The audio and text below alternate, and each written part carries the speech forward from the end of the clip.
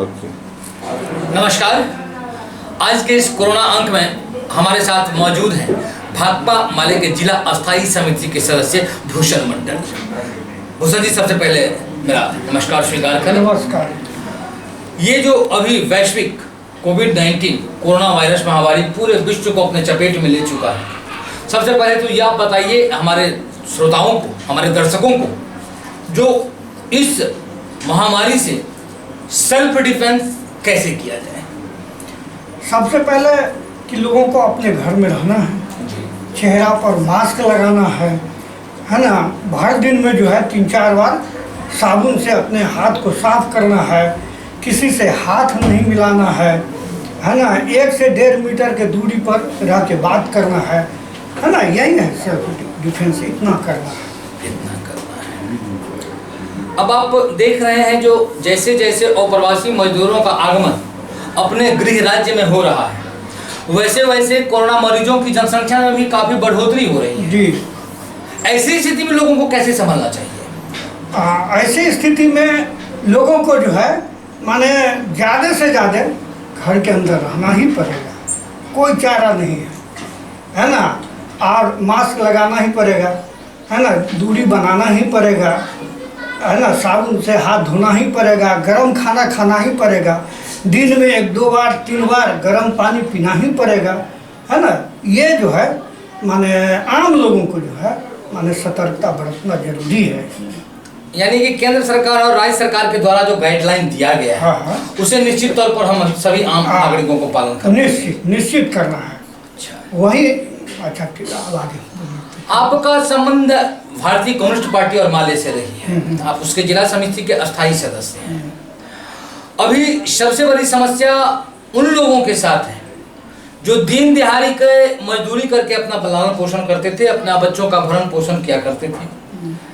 काम ताम में रुकावट आ गई है, ऐसी स्थिति में उनको कैसे एडजस्ट करना चाहिए। एकदम उनको भी वही जो है दूरी बनाना है, मास्क लगाना है ना, और उसमें दूरी बना के काम करना है ना। तो अभी देखिए जितना लोग माने डरे हुए हैं, इसमें बहुत डरने की जरूरत नहीं है। जी बिल्कुल, सिर्फ सतर्कता बरतने की जरूरी है। अब जैसे मैं एक उदाहरण दे देता हूँ है ना। पोखरी में क्या होता है, मछलियाँ होती है कि नहीं। मल्लाह क्या करते हैं, मछली को निकाल के बाहर कर देते हैं और उसको बेच देते हैं। ठीक वही चीज़ है ना। जहाँ भी पॉजिटिव मरीज मिलता है ना, उस इलाके को घेर देना है, वहाँ से उस पेशेंट को निकालना है। नहीं, ये तो प्रशासनिक कार्रवाई है, ये प्रशासनिक कार्रवाई है जो प्रशासन अपना बस हो गया। लेकिन सबसे बड़ी बात है जो अब एक देखिए जाए, मैं भाकपा माले से थोड़ा सा हम यहाँ पर ट्रैक बदलते हैं। और फिलहाल सरकार के द्वारा ये आदेश दे दिया गया है कि राशन कार्ड के जो लाभुक हैं, जिनका अंगूठा मैच करेगा उनको ही अनाज मिलेगा, जिनका अंगूठा नहीं मैच करेगा उनका अनाज नहीं मिलेगा। एक तरफ सरकार कह रही है कि आप सोशल डिस्टेंसिंग बनाइए, व्यक्तिगत दूरी रखिए, और दूसरी तरफ एक जन वितरण प्रणाली दुकानदार के यहाँ कम से कम 300 से 350 राशन कार्ड धारी है, और मशीन एक है, सभी व्यक्ति को उसी मशीन पर अपना अंगूठा लगाना है। क्या ये निर्णय सही है। देखिए माने हम लोग इस पर 2 तरह का ज्ञान दिए हैं। जी जी, जी। एक तो दिया कि सैनिटाइजेशन करके लो, अंगूठा दे, जितने लोग आएंगे सब सैनिटाइज अंगूठा दे। दूसरी बात हम कहें कि नहीं भी अगर पॉस मशीन चलता है या उसका उपयोग होता है तो भी एंट्री करके सभी को अनाज मिले, कोई वंचित नहीं रहे। लेकिन सरकार ने तो ऐसा नहीं किया। सरकार ने तो कह दिया, सीधा बात फरमान जारी कर दिया है कि जिनका अंगूठा मैच नहीं करेगा उन्हें राशन नहीं दिया जाएगा। ये तो गलत हो जाएगा ना। तो आप फिर क्या करेंगे, हमारी पार्टी क्या करेगी। हमारी पार्टी जो है लगातार घर पे रह करके ही है ना धरना दे रही है ना, जन समस्या को लगातार उठा रही है। धरना तो लोग बरसों से देते आ रहे हैं। हाँ, जन समस्याएं बरसों से है। तो लेकिन इसका निदान क्या है, मैं आपसे ये जानना चाहता हूँ, हमारे दर्शक ये जानना चाहते हैं आखिर समस्या का समाधान क्या है। समाधान यही है कि सरकार उदार बने है ना, निष्ठुर नहीं बने, निरंकुश नहीं बने है ना, और दिल खोल करके भी सेवा करे जनता का, यही डिमांड है। हम लोग भी हम लोग की पार्टी आर्थिक रूप से कमजोर है, फिर भी हम लोग जनता से भीख मांग के जो संभव हो रहा है हम लोग उसके बीच राहत वितरण कर रहे हैं। तो सरकार को भी है ना सुरक्षा के साथ साथ सतर्कता के साथ दिल उदार करना होगा।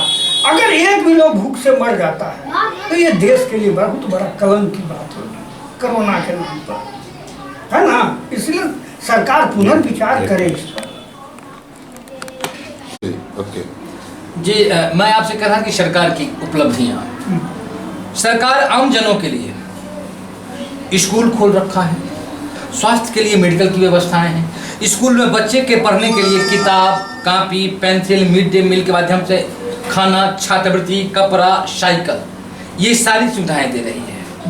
आपको अनाज उपलब्ध करा रही है सब्सिडी दे करके। इसके बावजूद भी ऐसी क्या मजबूरी है कि आप लॉकडाउन नियम तोड़ने के लिए मजबूर हैं, विवश हैं?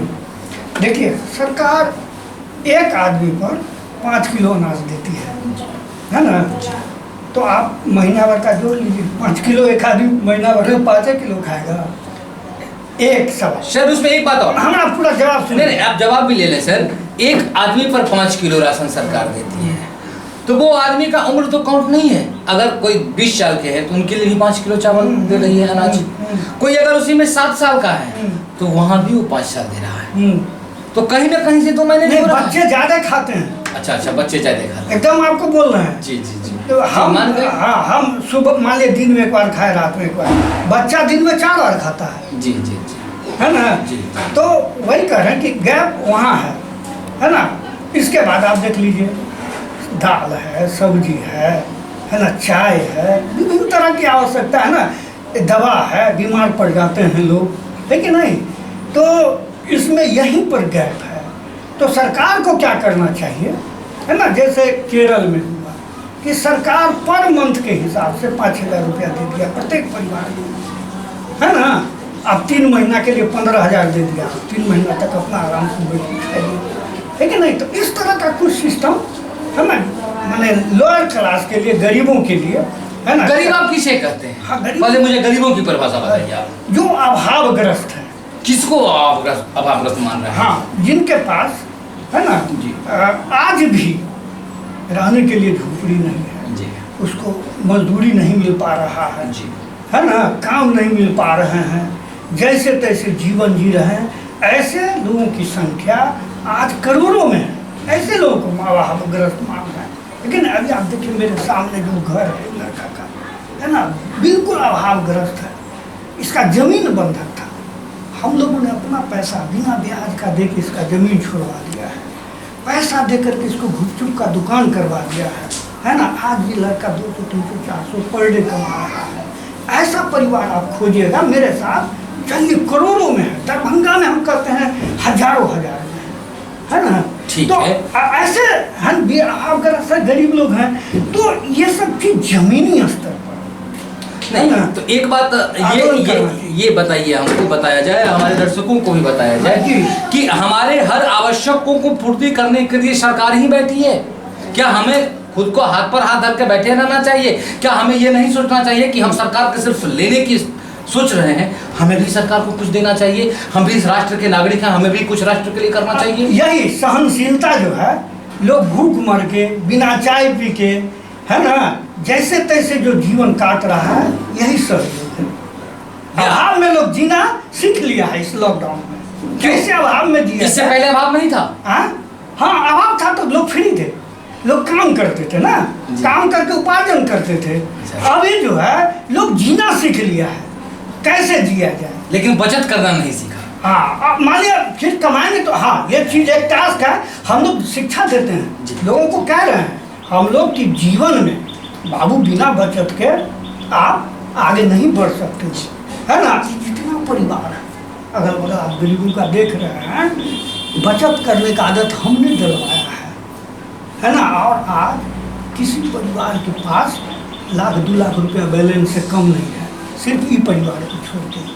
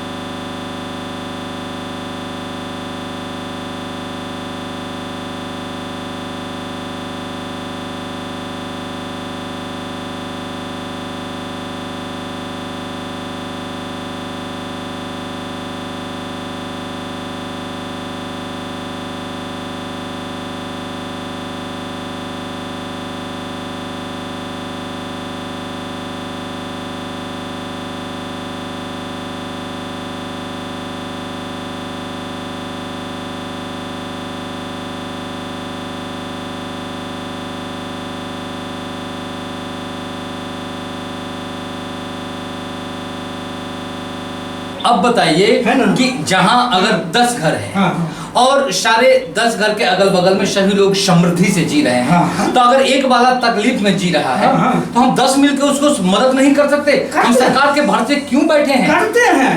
अभी जो बैलेंस बना हुआ है इसी कारण से बना हुआ है। अभी हमने अपने समाज में लगभग 50,000 कीमत का, है ना, राशन वगैरह बंटवाया है ना। अपना घर से नहीं, अपने भी घर से दिया गया है और समाज के लोग व्यवस्था करके दिए हैं। हमारे यहाँ, हमारे समाज में खास करके वार्ड नंबर 22 में बड़ा ही कॉपरेशन है ना। कोई किसी को भूखे नहीं देखना चाहता, माने ये बर्दाश्त करता है।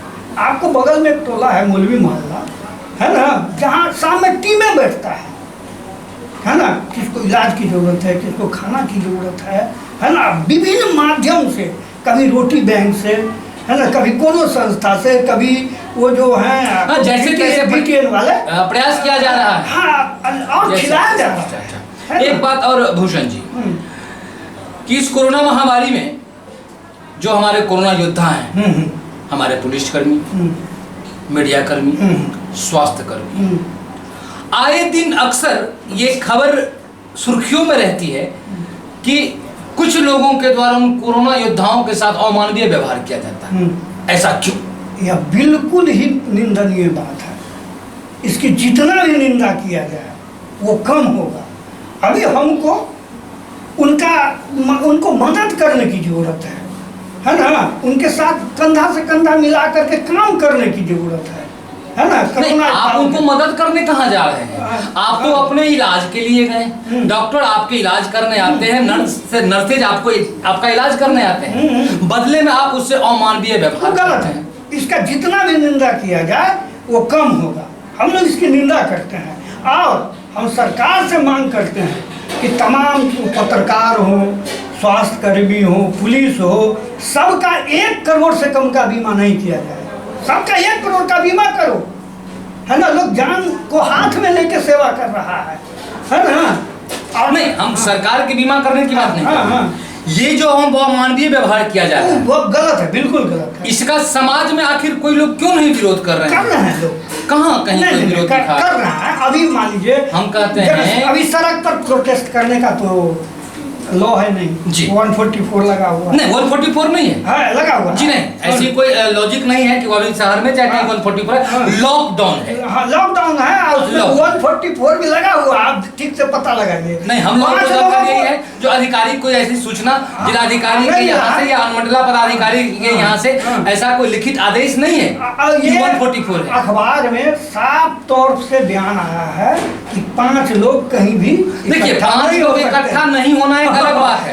144 का आदेश पारित हो जाना अलग बात है। दोनों दो बात। तो वही कह रहे हैं कि अभी जो है प्रोटेस्ट ओपन सड़क पर करना नहीं है।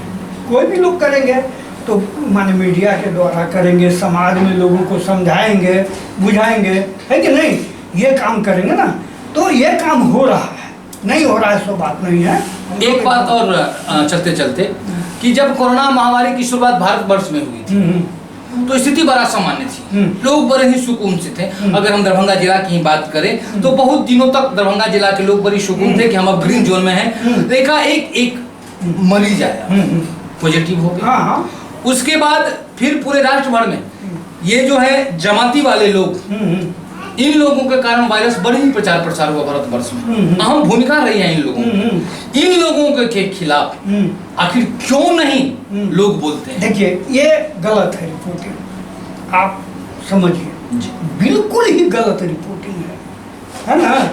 ये जो है सांप्रदायिक संकेंद्रण के लिए, पोलराइजेशन के लिए ये बात है। आप चीन से कोरोना शुरू हुआ है ना, चीन से पूरे विश्व में गया एकदम ठीक है। तो चीन से जो लोग आए वो बड़े लोग आए, गरीब लोग नहीं आए। मैं जमाती की बात कर रहा हूँ। बस वहाँ बड़े और छोटे की लोग नहीं बात कर रहा हूँ। वहीं आ रहा हूँ मैं, जमाती के पास भी आ रहा हूँ। जी, है ना जी। तो वो लोग आए, अब उन लोगों के द्वारा फैला, उन लोगों के द्वारा जमाती में भी गया। आप जहाँ पर जमाती का कार्यक्रम हो रहा था, है ना, वहाँ लॉकडाउन से पहले उस थाने को, प्रशासन को सूचना दे दिया गया था, है ना, कि आप जो है हम आपको ये बातें नहीं पूछ रहे हैं जो क्या क्या हुआ था नहीं हुआ। हम ये पूछते हैं कि भारतवर्ष में वायरस फैलाने में इन लोगों का प्रमुख हाथ रहा। बहुत नहीं, इसको आज मौलाना शाहिद का वीजा रद्द कर दिया गया है, उनके सहयोगियों का वीजा सरकार के द्वारा रद्द कर दिया गया है। हमारी सर पूरी बात सुन लीजिए, है ना, हमारी बात पूरी सुन लीजिए, ठीक है। जब उसका एक टाइम था कि अमुक टाइम तक जो है माने वो फंक्शन होगा और फिर खत्म होगा। वो फंक्शन खत्म हो गया था, बहुत सारे लोग चले भी गए थे। जो लोग इंडिया घूमने के पर्पज से रुक गए, है ना, वो लोग फंस गए ना, है ना, फंस गए, सुनिए ना, है ना, वो लोग फंस गए जी। और वो जो लोग आयोजक थे वो बार बार प्रशासन को कहा कि हमको इस लोगों को भेजने का आदेश दीजिए, है ना, हम इन लोगों को निकालेंगे यहाँ से। प्रशासन नहीं माना, प्रशासन नहीं माना, ये हम आपको सच्ची बात कह रहे हैं। लेकिन प्रशासन तो एक तरफ अनाउंस कर दिया था कि आप सरेंडर कर जाओ, नहीं तो पुलिस आपको पकड़ के लाएगी, और बहुत सारे को पुलिस खींच खींच के धार्मिक स्थल से लाया है। वो आपको अगला कदम है, वो अगला कदम, हाँ वो अगला कदम है, ठीक है। जब मान लिया बहुत अफरा तफरी हो गया है कि नहीं, माने लोग निकलने लगे, डर भी गया, विदेशी लोग था, क्या होगा नहीं होगा, डर के भी भागा लोग, है कि नहीं। लेकिन आप बाद के दौर में देखेंगे जहाँ कहीं भी लोग गया वहाँ के लोगों ने उसको प्रशासन के हवाले कर दिया। ठीक है सर, चलिए आपकी बात को हम मान लेते हैं। हाँ। लेकिन आपके दरभंगा शहर के एक सिंहवारा प्रखंड है, हाँ। वहाँ भी एक धार्मिक स्थल से 8 से 10 लोग पाए गए थे जो छिप करके वहाँ बैठे थे। छिपने की क्या आवश्यकता, कोई आवश्यकता नहीं थी। क्यों छिपी? वो गलत था, वो गलत था छिपना। उसको तो माने सर वो अपने समझिए तो लाइफ से खिलवाड़ किया नहीं, है ना। हम इसको ऐसे भी तो कर सकते हैं कि उन्होंने जानबूझ करके छिपा क्योंकि मुझे कोरोना फैलाना है। नहीं नहीं, ये बात बिल्कुल देखिए, ये अमानवीय बात सब है। कैसे? इसलिए बता रहा हूँ ये अमानवीय इसलिए। आज मैं आपसे कोई भी आदमी देखिए, कोरोना से तो मौत अंतिम उपाय है ना, अंतिम उपाय। अगर इलाज नहीं होगा तो उसको मरना है। तेलंगाना से जितना वो आया, ये क्या बोलते हैं अभी जो आपने कहा जमाती की क्या जमाती लोग सब मर गए, एक को जिंदा नहीं है, सारे के सारे लोग मर गए, समझे। वो तो चलिए वही कह रहे हैं कि हमारे मानसिकता से कोई भी लोग अपने जान से खिलवाड़ नहीं कर सकता है। वो अपने जान से तो खिलवाड़ कर लिए आप कहते हैं वो मर गए। लेकिन अगर हमारे अंदर वायरस का प्रवेश हो चुका है, हमें कोरोना पॉजिटिव, हमको सरेंडर करना चाहिए, छिपना तो नहीं चाहिए।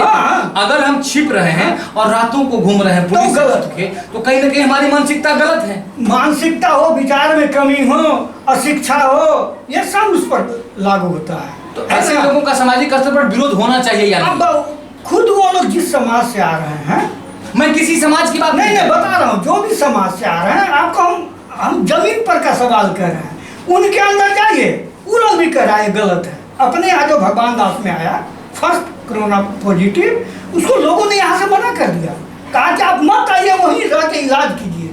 उसको लगा कि हम मर जाएंगे यहाँ, है ना, तो घर वालों से कुछ ही नहीं होगा, इसलिए वो है ना अपने घर में मरने के लिए यहाँ आ गया। संजोग है कि वो बच भी गया।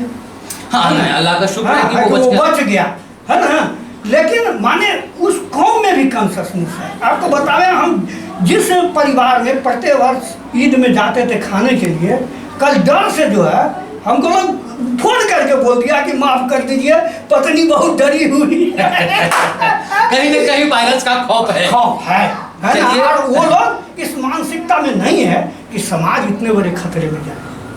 ये मैं दिल से बोल रहा हूँ और सही बात बोल रहा हूँ। चलिए भूषण जी, आज के कड़ी में बस इतना ही, फिर अगले कड़ी में आपसे हम आपसे और आग्रह करते हैं कि मार्क्सवाद पर हम आपसे चाहते हैं डिबेट करें।